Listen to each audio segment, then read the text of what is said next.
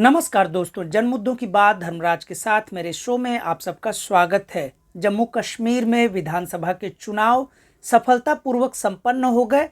वहां के परिणाम आने के बाद कल 17 अक्टूबर 2024 को जम्मू कश्मीर के लोगों को फिर से एक लोकतांत्रिक नेतृत्व यानी कि नेता मिल गया है। जम्मू कश्मीर के नेशनल कॉन्फ्रेंस पार्टी के उपाध्यक्ष 54 वर्षीय उमर अब्दुल्ला ने शेरे कश्मीर इंटरनेशनल कन्वेंशन सेंटर में इंडिया गठबंधन के शीर्ष नेताओं की उपस्थिति में जम्मू कश्मीर के मुख्यमंत्री पद की शपथ ली। जम्मू कश्मीर फिलहाल केंद्र शासित प्रदेश ही बना हुआ है। जम्मू कश्मीर में अगर देखेंगे, केंद्र शासित प्रदेश घोषित होने के बाद पहले मुख्यमंत्री के रूप में उमर अब्दुल्ला हो गए हैं। 95 यानी 95 विधानसभा वाले जम्मू कश्मीर में 5 विधायक लेफ्टिनेंट गवर्नर के कार्यालय से नामित होंगे, नॉमिनेटेड होंगे। 90 विधानसभा सीटों पर चुनाव हुए, जिसमें नेशनल कॉन्फ्रेंस और कांग्रेस गठबंधन मिलाकर 48 सीटों पर जीत हासिल की। इसके बाद जम्मू कश्मीर में सीधे सीधे बहुमत की सरकार बन गई है। कल लेफ्टिनेंट गवर्नर मनोज सिन्हा ने उमर अब्दुल्ला को मुख्यमंत्री पद की शपथ दिलाई। 2019 में जम्मू कश्मीर से अनुच्छेद 370 और 35A को हटाने के नाम पर जम्मू कश्मीर का न केवल विशेष राज्य का दर्जा छीन लिया गया था, बल्कि स्वतंत्र रूप से राज्य का दर्जा भी छीन लिया गया था। अगस्त 2019 में मोदी सरकार ने जम्मू कश्मीर को केंद्र शासित प्रदेश बनाया और केंद्र शासित प्रदेश बनाने के बाद से जितनी भी सुविधाएं, जितनी भी शक्तियां, लोकतांत्रिक शक्तियां जो एक राज्य को दी जाती हैं, उससे जम्मू कश्मीर से छीन ली गई थी। हालांकि भाजपा उसके पहले खुद PDP यानी महबूबा मुफ्ती के नेतृत्व वाली सरकार में गठबंधन में थी, जिस पर खुद भाजपा लंबे समय तक अलगाववादी होने का आरोप लगाती रही थी। हालांकि भाजपा जम्मू कश्मीर की राजनीति में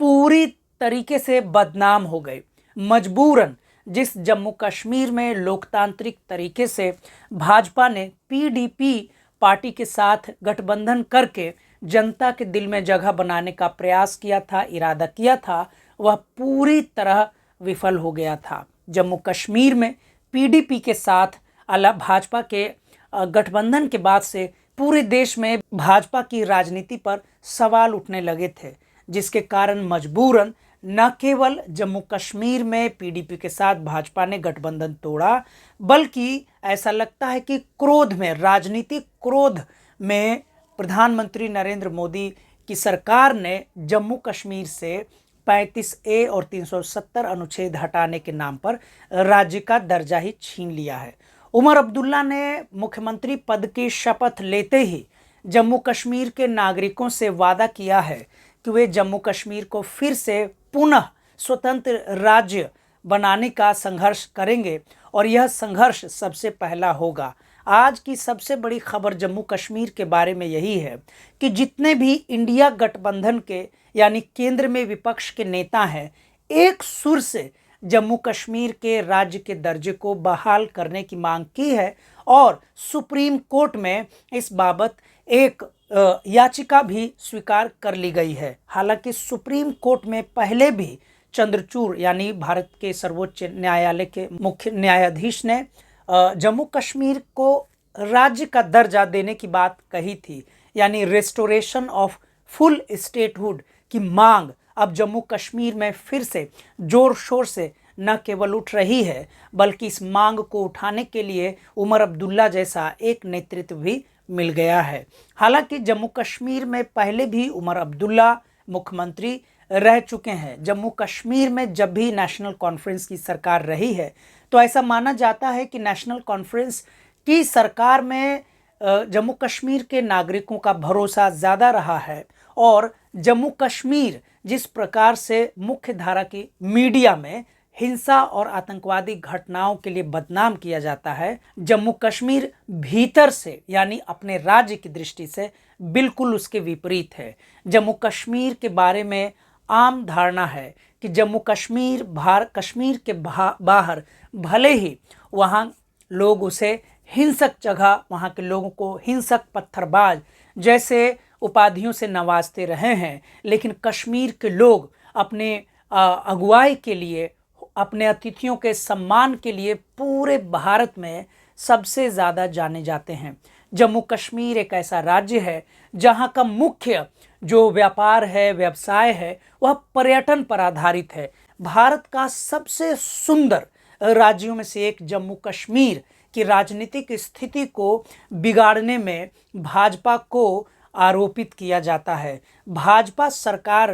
के लोगों का कहना है कि नरेंद्र मोदी जब भारत के प्रधानमंत्री नहीं बने थे, अपने युवा अवस्था में यानी अपने जवानी के दिनों में भी वे जम्मू कश्मीर के लाल चौक गए थे और उन्होंने वहाँ पर कसम खाई थी कि वे 370 की धारा को ख़त्म करके रहेंगे, 35A की धारा को ख़त्म करके रहेंगे और जम्मू कश्मीर के विशेष राज्य के दर्जे को छीन कर रहेंगे। देखिए, संयोग ऐसा बना कि वही व्यक्ति भारत के प्रधानमंत्री बनते हैं और बिना सोचे समझे इसको अंजाम दे देते हैं। हालांकि जम्मू कश्मीर के बारे में कहा जाए, जम्मू कश्मीर के नागरिकों को जिस प्रकार से मुख्य धारा में या कहें कि भारत में बदनाम किया जाता है कि वहाँ के लोग पाकिस्तान समर्थक हैं यानी भारत विरोधी हैं। अगर ऐसा होता तो भारत की आज़ादी यानी 1947 के बाद से लेकर आज तक वहाँ के नागरिक लोकतांत्रिक प्रक्रिया में भाग न ले रहे होते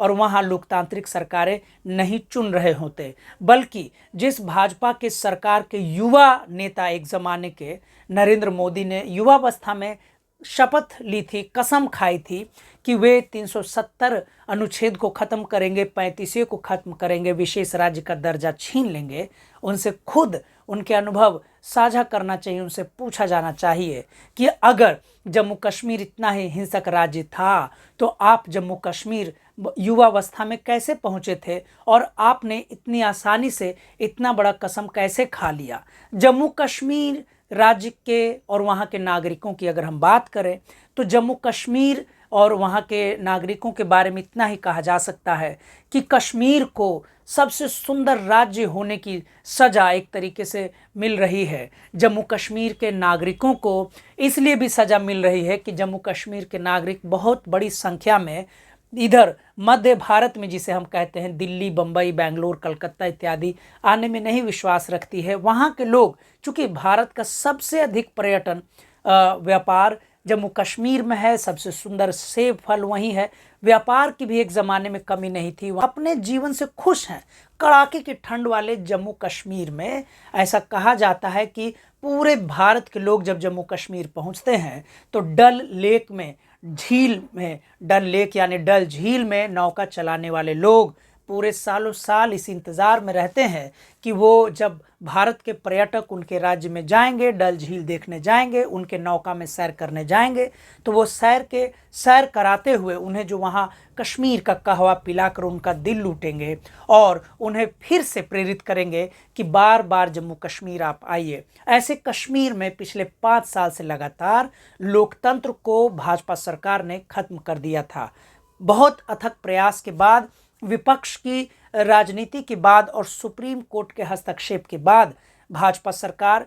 केंद्र शासित प्रदेश जम्मू कश्मीर में चुनाव करने को बाध्य हुई है और उम्मीद है कि जब जम्मू कश्मीर में पुनः लोकतांत्रिक प्रणाली बहाल हुई है, चुनाव संपन्न हुआ है, मुख्यमंत्री बनाए गए हैं, मुख्यमंत्री बने हैं, उसके बाद से शायद पूरा स्टेटहुड यानी पूरे राज्य का दर्जा भी जल्द ही कश्मीर को मिलेगा। क्योंकि अगर कश्मीर जैसे लोकतांत्रिक राज्य पर इस प्रकार से केंद्र सरकार हस्तक्षेप करेगी तो भारत के लोकतंत्र के बारे में यह जो कहा जाता है कि भारत का लोकतंत्र सबसे सुंदर लोकतंत्र है, यह एक झूठ होगा, एक छलावा होगा। आज के लिए इतना ही। अगर आपको मेरा चैनल दैनिक अम्बेडकर अच्छा लगता है तो आप इसे सब्सक्राइब करें, लाइक करें, शेयर करें। हम आपसे फिर मिलेंगे अगले एपिसोड में अगले मुद्दे पर। तब तक के लिए शुक्रिया, धन्यवाद।